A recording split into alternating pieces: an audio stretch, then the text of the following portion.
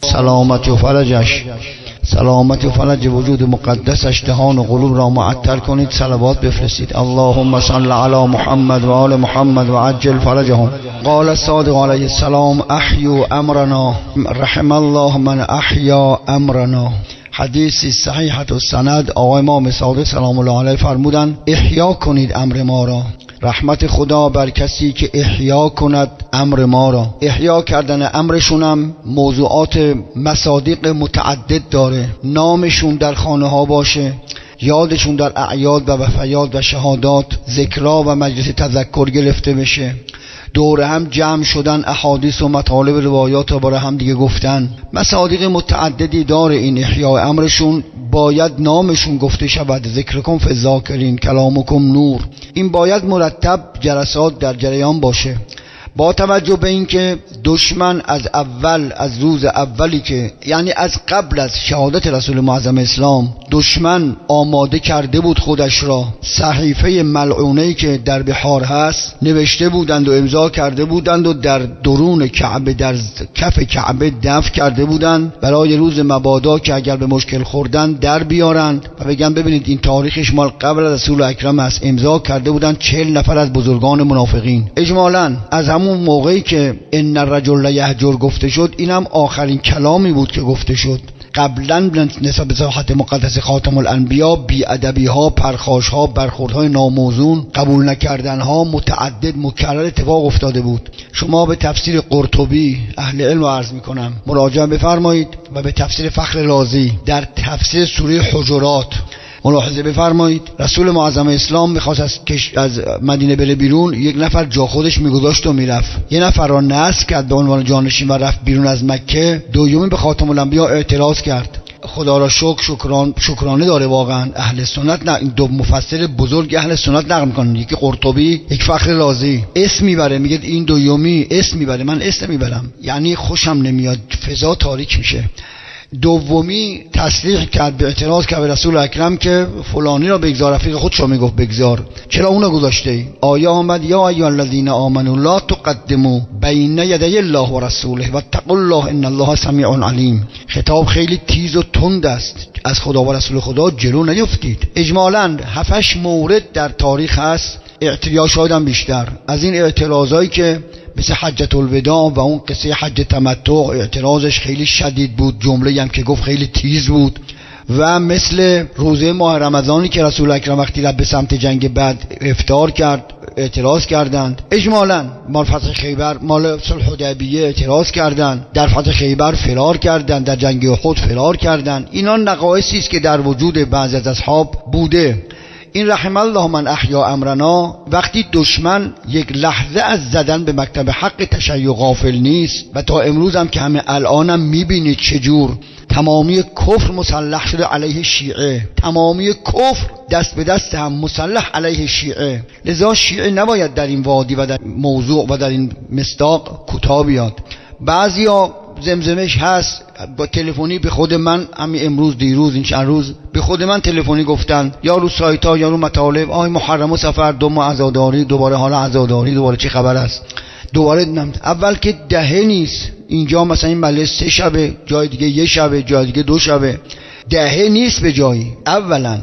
و ثانیاً رسول معظم اسلام 1 هفته نیست شهید شده، مسموم از دنیا رفته است. امام رضا سلام الله علیه شهادتش 1 شنبه بوده، امروز 5 شنبه بود، 4 روز امام رضا شهید شده رضوان سلام الله علیه. امام عسکری شهادتش 2 شنبه است آینده. همین خب بین این 2 شهادت امام رضا و امام عسکری در 1 هفته. خب اگر شیعه بعضیشون حالا کسی میخواد نیاد، لا اکراه فی الدین، زوری که نیست، کسی ها نمیکشه بیاره که شما میخوای نیای برو آنتالیا، برو هر جا میخوای بری دیگه. اعتراض به اون کسی که این کار را میکنه به چه معناست؟ میخوای نیای، خب نیا، تو قبول نکن، در عاشوراش هم نیا، اجباری نیست، 40ش هم نیا، کربلا هم نرو، کمان که نرفتید. حرف میزنن اونایی که اینجوری حرف میزنن هیچ کجاش نیستن. اونایی که اینجوری نق میزنن نه 40ش هستن نه عاشوراش، نه مشکیشا میپوشند و نه آشوشا میدند و نه غذاشا میخورن. چرا؟ بخوریشا میخورن، مال پرداختش هیچ کجاش نیستن. به اینجا که میرسن فقط نق میزنن. این حرف صحیح نیست. با توجه به اینکه این ذات ناحیه مقدسه رکن مکتب حق تشیع است. با سندهای متعدد بزرگان در زمینش کتاب نوشتند. بعد از اینکه بعضی‌ها این قول زدن، بزرگان نوشتند در حوزه براش. آقای امام زمان فرمود صبح و شب گریه میکنم. مگه نماز صبح و ظهر و عصر و مغرب شام نیست؟ رکن اسلام است نماز. مگر نماز جماعت هر روز نیست؟ مگر ناشتا نهار شام هر روز نیست؟ که تو به اونجا که میرسی نمیگی آقا چی خبر از همه روز خوردن، همه شب خوابیدن، همه روز خوردن؟ به اینجا که میرسی باقی میاری. اینجور نیست. چرا زیارت عاشورا به فرموده امام صادق سلام الله علیه من قرب او بعد، روز عاشورا غیر عاشورا، زیارت عاشورا فقط مال روز عاشورا و تو کربلا نیست، زیارت عاشورا مال هر روز است. شما آستاذ احمد رشتی رضوان الله تعالی علیه آش عباس قمی قدس الله تربته در مفاتیح از استادش صاحب نجم الثاقب حاجی نوری نقل میکنه، اون آقا موقعی که داشت میرفت حج ماه ذوالقعده بود، داشت میرفت بره حج، از رشت اومد تبریز و رفت ترکیه و بره حج، خدمت آقا مشرف شد، تو برف گیر کرد، آقا سوارش کرد، فرمود چرا پاشو عاشورا بخون تا راهها پیدا کنی. نه روز عاشورا بود و نه تو کربلا بود، ذوالقعده بود تو ترکیه، عاشورا بخون. بعدم فرمود چرا عاشورا نمیخونی؟ عاشورا عاشورا عاشورا، جامعه جامعه جامعه، نافله نافله نافله. همینطور که نماز شب مال هر شبه، ذات جامعه و عاشورا مال هر روزه. هر روز لعن الله امتا اسست اساس الظلم والجور علیکم اهل البیت.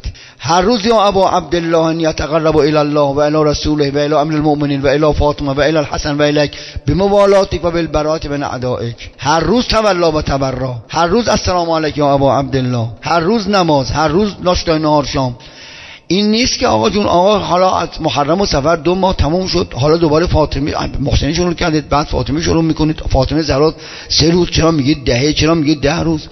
وقتی دشمن شبانه روز اینجوری علیه مکتب تشیع داره کار میکنه، نمیشه دست هم گذاشت تا شیعه و بچه شیعه از دست برن. این که نیست اینجوری. من البته باید با توجه به اینکه جهان اسلام به شدت متشنجه، همه دارن میبینن، اسم بردن و صراحتا لعن و سب واقعا خلاف عقل انسان سالم، عقل سالم اجازه نمیده که انسان اسم صریح و لعن صریح و اینا درست نیست، ولی بیان معارف خوب مشکل نداره آقا جون من. اینه که اینجور این حرف صحیح و لطیفی نیست. عرض بر این که بعد از وجود اقدس خاتم الانبیا، همون روز اول آقا رسول خدا روز 28 صفر علی الاقوی و الاصح و المشهور، آقا رسول خدا به سمی که بهشون خورنده شده شهید شده. اصلا که روز 29 صبح روز 30، ببینید صبح این مسلمه، صبح روز 30 صبح دیدن در خونه فاطمه زهرا رو میزنن، اومدن پشت در دیدن کارگرای حضرت زهرا هستن که در فدک کار میکردن. شما اینجا چیکار میکنید؟ گفتن یه چند نفر آمدن خودشون مأموران و کارگران خلیفه معرفی کردن، میگن او خلیفه است، ابوبکر خلیفه. چی شده قصه؟ ما را فرستادن، مأمورا آمدن و ما را از فدک بیرون کردند و خودشون جایگزین ما شدن. که فاطمه زهرا علیها السلام الله آمدن مسجد و گفتن ابوبکر، فرمان ابوبکر چی شده قصه؟ چرا کارگر منو بیرون کردید؟ فدک را 4 ساله، 4 سال ششم، فتح خیبر و فدک سال ششم بوده. رسول اکرم ماه صفر سال 11 شهید شده. 4 سال بوده فدک در اختیار فاطمه زهرا بوده، در زمان خود فاطمه زهرا، در زمان خود رسول اکرم. 4 سال قبل از شهادت رسول اکرم تحویلش داد. وقتی هم بی فرمودن که حالا من تو که نداره باشه خدمت شما، فرمود نه، همین الان تا من هستم باید تحویل تو داده شود. اینو همه در جلد 16 شرح نجم البلاغه ابن ابی الحدید موجوده. آت ذل قربا حق سنی و شیعه قبول دارن. منظور گریه های فاطمه زهرا علیها السلام. حالا میگن هجوم کی بوده؟ یکی بوده، 2 تا بوده؟ اول که هجوم 3 بار بوده. کتابی به نام الهجوم علی بیت فاطمه، نویسندش اسم خودش نیست، عبدالزهرا مهدی است، اسمش مستعاره. این کتاب خوبی است عزیزان من.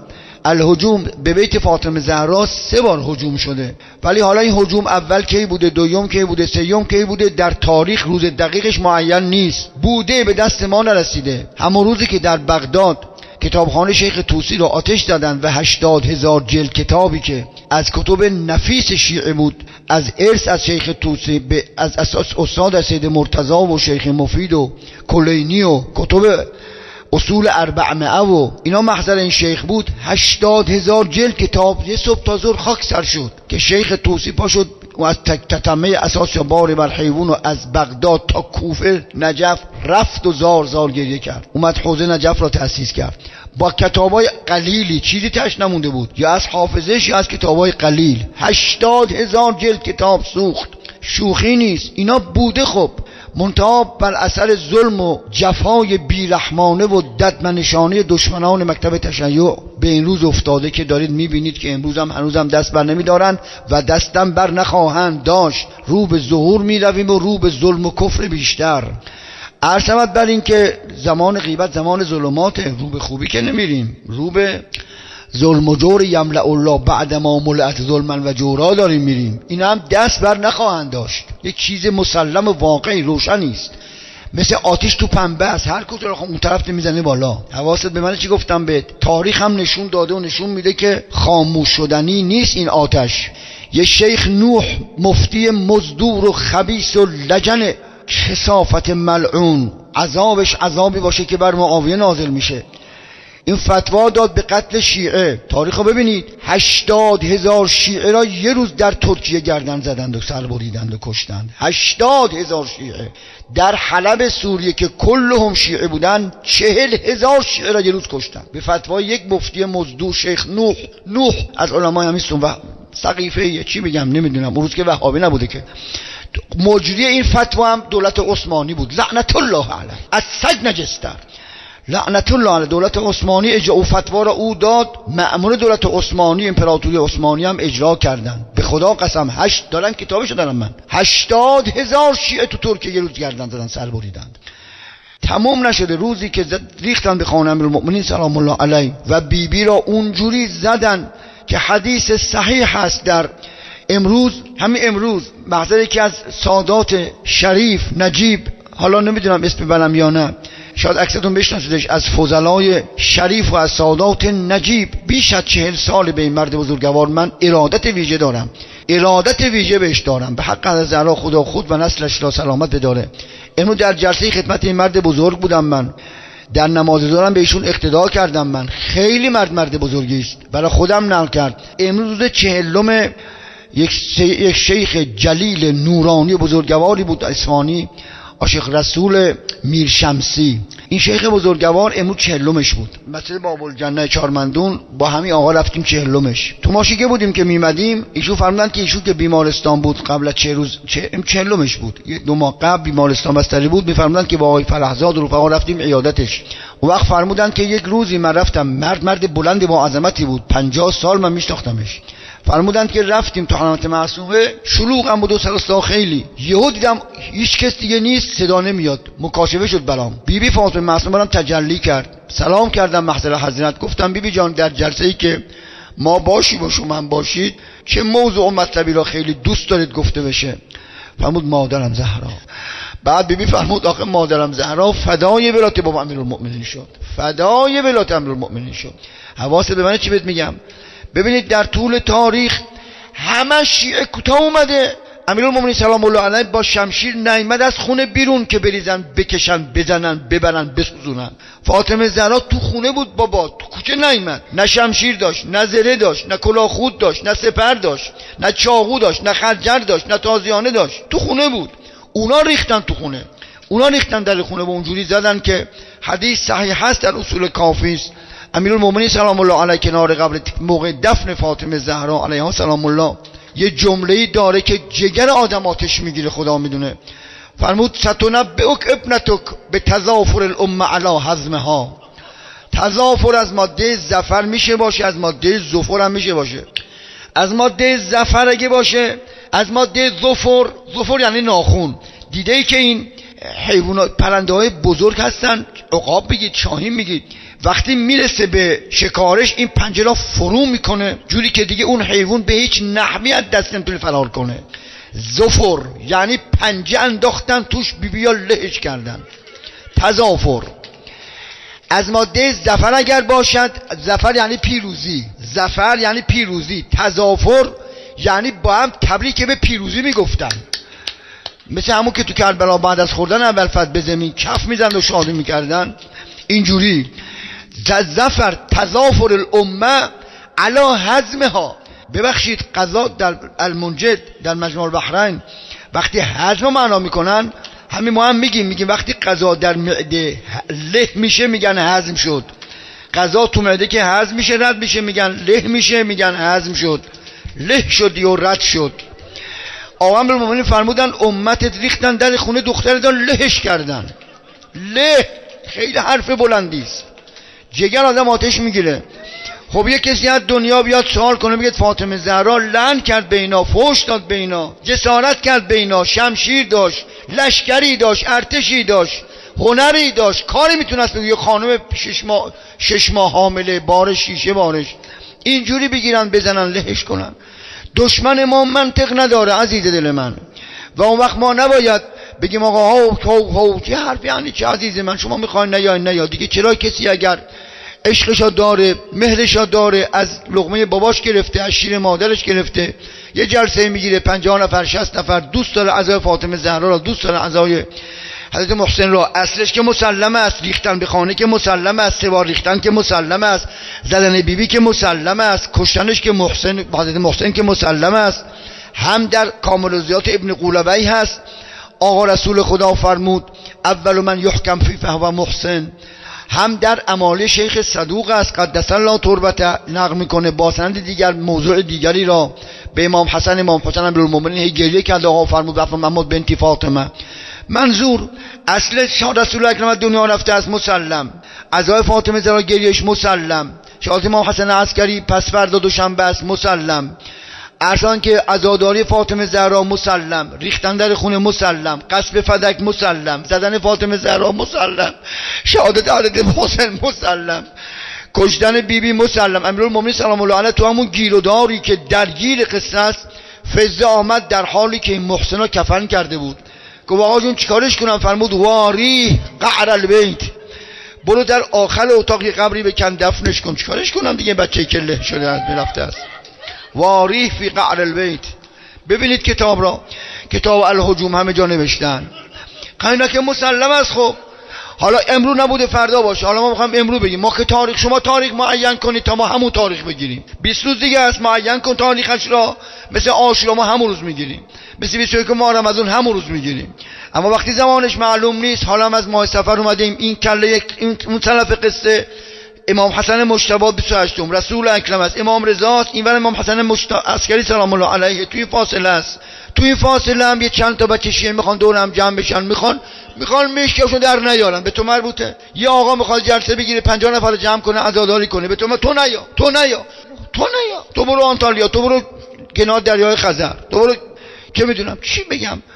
آخه یعنی چی حرفا؟ بعد از آنی که شیعه از اون اول تا امروز سینه اش سپر اسلحه و گلوله و فشار دشمن بوده. مالک اشتر چه کرده بود؟ اونجوری کشتندش. محمد امین چیکار کرده بود؟ اونجوری کشتندش.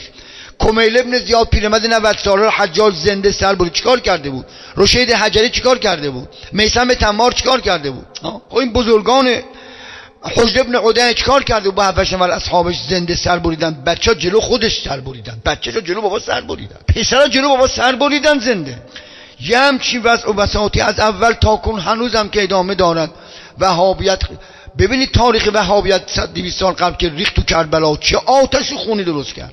تو جوبای کربلا خون را میرفت، خیابونای کربلا پر خون شد، ذریع‌ها شکستن، نفایسا بردن، حرمو خورد کردن، حرمو پر خون کردن. ببینید وهابی چه کردن. هنوزم که تشدر نیامده که الحمدلله فتنه داعش چه آدم سوزوندن. خودشون مسلمون میدونن. کدوم اسلامی، کدوم پیغمبری انسانی زنده سوزونده؟ کدوم پیغمبری برابر بچه بابا را زنده پوست کنده؟ چی وحشی یهود نیست من چی هند اینا؟ واقعا زنا زادند، گرگ اینجور نیست. گرگ پاره نمیکنه، پلنگ پاره نمیکنه، سگ پاره نمیکنه. چی هند اینا؟ اصلا آدم اسمش چی بذاره وحشی های دنیا را. تازه وحشی تر از اینا رهبران و فرماندهان اونا مردشو جلو زن سر میبرن، پوست میکنن، زنش هم میرن بازار میفروشن بعد از اینکه 100 تا بهش تجاوز میکنن. کدوم بشریت هستن؟ بشریتی نمونده، انسانیت نمونده، وجدان نمونده، شرف نمونده.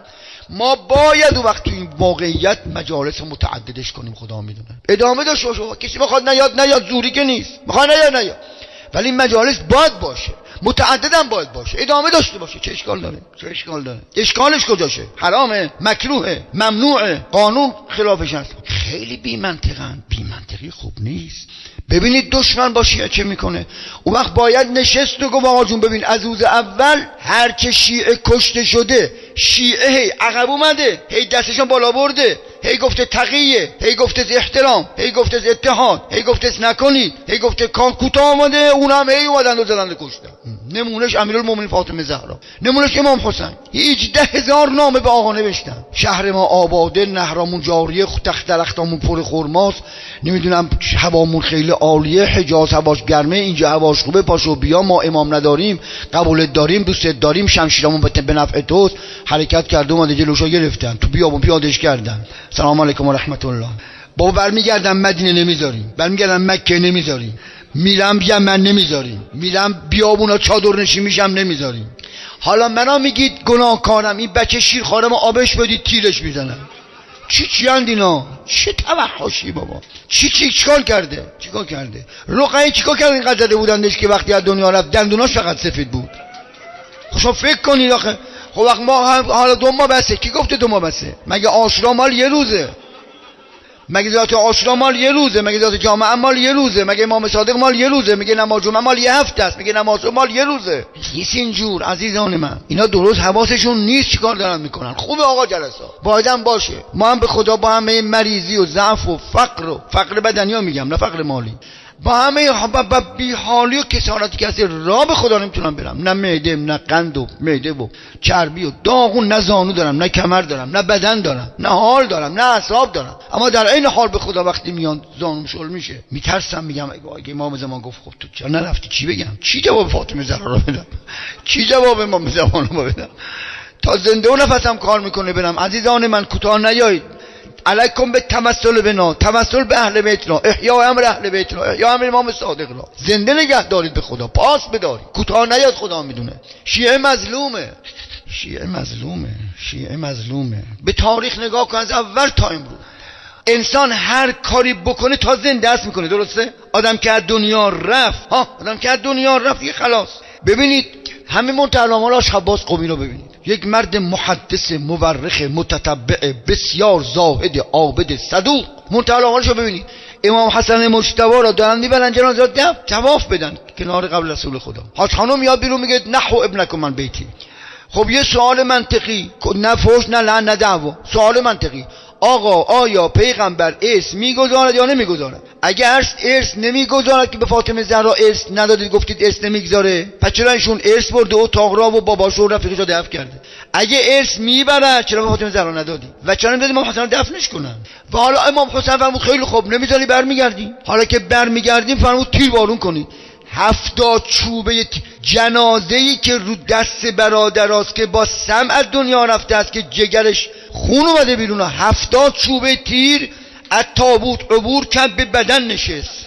امام حسین نشست، این چوبه تیرها رو از بدن کشید بیرون و میفرمود غارت زده کسی نیست که مالشان غارت زده، منم که میشم بدن برادرم 70 چوبه تیر بکشم بیرون، بدن سوراخ 70 چوبه تیر. خب امام حسن جنازه چیکار کرده بود؟ اصلا منطق ندارن، خدا میدونه. دشمن شیعه منطق نداره. دشمن شیعه بشر نیست، دشمن شیعه انسان نیست، دشمن شیعه گرگ نیست، پلنگم نیست، از سگ بدتر، از پلنگ بدتر، از گرگ بدتر. دشمن شیعه نشون داد خودشو. لذا امروز هر کی بخواد، تا قبل از این وقایع داعش و سوریه و عراق و این فیلم ها، هر کی میخواست بیاد به سمت اسلام یک گزینه برابرش بود، سنی شدن. امروز از تسنن وهابی همه وجدانهای دنیا متنفر شد، رو به تشیعند. میگم این ملت مظلومیه. طول تاریخ هر چی بودن خودش دفاع کرده. مغول حمله کردن دفاع کرده، تاتار حمله کردن دفاع کرده، صدام حمله کرده دفاع کرده، هر چی بوده شیعه از خودش دفاع کرده و کشته داده و خدا رحمت کنه شهدای تشیع رو از اول تا کنون. حواس به من چی بهت میگم؟ این حرفایی که میزنن واقعیت نداره، اصالت نداره، ریشه از یک دل شیطانی است. این حرفایی که میاد بیرون خدا میدونه ریشش در یک قلب شیطانی پلید و آلوده است. کی خبر از آدم محرم سفر؟ خب شما تشریف نیارید، نیازی نیست تشریف بیارید. شما نمیخوام بیان بشینن بگن عزای فاطمه زهرا گریه کنه، به تو مربوط نیست. میخوام بگن امروز ایامی است که اونقدر فاطمه زهرا گریه کرد. تاریخا ببینید، کتاب الهجوم خوب کتابی است. مردم اومدن گفتن یا علی به زهرا بگو یا شب گریه کند روز آرام بگیرد. یا روز گریه کنه شب آرام بگیره. اونقدر فشار سنگین، اصرار زیاد، امیرالمومنین اومد تو خونه فرمودن فاطمه جان بابا، فاطمه جانم عزیزم همسرم بابا، مردم را فرستادن یا شب گریه کن و روز آرام بگیر. چون وقتی بیبی شروع به گریه میکرد صدا گریه به خانه همسایه ها میرفت، خیلی سریع همه مدینه غرق در گریه و ناله میشد. یک گریه‌ای بود که بیچاره کرد مردم مدینه را. فرمودن یا علی به مردم مدینه سلام منو به مردم برسان، بگو زهرا میگه 2-3 روز دیگه من میمیرم، شما دیگه صدای منو نمیشنوید، حواست به من چی بهت میگم. امروز قریب و بالغ بر 80 میلیون اولاد زهرا با این همه که کشتن، منصور میان دیوار میگذاشته میکشت. حمید ابن قحطبه به امر هارون 60 اولاد زهرا از 18 سال تا 90 سال را در ظرف 2 ساعت زنده سر برید، بی غسل و بی کفن و بی قبر و بی نماز تو چاریک. ببین تاریخ خلفا سیوطی نقل میکنه، آشخباس قمی در تاریخ خلفاش نقل میکنه. کتاباشو من دارم، اینا که میگم کتاباشو من دارم، کسی میخواد در خدمتم، نوکرتم. باشین ببینید منصور عبدالله محض را گرفت زندان کرد، بچه‌هاش خروج کردن، گرفت سر برید بالا باباش فرستاد تو زندان. 19 نفر اول زهرایی که تو زندان بی سقف مردند و همونجا خراب کردن روشون. این یکیشه. 300 اولاد زهرا را هادی عباسی برادر هارون عباسی که 13 ماه حکومت کرد، 300 اولاد حسین ابن علی نبی محسن مجتبی را زنده تو فخ یه فضاست به اندازه حسینیه بیت العباس، 300 نفر را یه صبح تا ظهر زنده سر برید، تشنه و گرسنه. سلام فرستاد برای هادی عباسی. امام موسی جعفر سلام الله علیه فرمود بعد از واقعه کربلا سانحه‌ای تلخ‌تر از اوز بر ما اهل بیت نگذشت. ببینید تاریخ مقاتل و ابوالفرج اصفهانی سنی نوشته چه بلاها سر اول زهرا نیاوردن. امام رضا را از مدینه میکشه توس با سمچ آیدش میکنه. امام جواد 25 ساله با زر اینجوری جفا میکشتش و 3 روز هم رو جنازه تو کوچه میندازه. حالا امام حسین برای حکومت آمده بود، به قول اون شیخ کثیف نجف آبادی برای حکومت اومده بوده، برام نم از این حرفا. خب امام حسین برای حکومت اومده، حکومتم اینا 70 تا اون 30000 تا خب مغلوب شدن. رقیه چیکار کرده بود؟ علی اصغر چیکار کرده بود؟ عبدالله بچه تشنه گرسنه یتیم چیکار کرده بود؟ مگه حسب الله کتاب الله، مگه قرآن میگه عملت فلا تقهر؟ یه بچه 11 ساله یتیم با تیر به گلو که تیر سر آقا را به دوش عبدالله دوخت، شم رو جدا کرد. میفهمی چی بهت میگم؟ اینا منطق ندارن که، نداشتند و ندارند و نخواهند داشت تا شمشیر کجش راز کند قامت دین را. انشاءالله مهدی بیاد، دعا کنید برای فرج به قرآن، دعا کنید بیاد آقا دمار یا روزگارشون در بیاریم، دمارشون در میاریم، مردهاشون در میاریم میسوزونیم، زنده باشیم انشاءالله. آقا بیاد پدرشون در بیاریم که رون کنید سگ نخوره. صبر کن میاد آقامون، ما با همین انتظار زنده.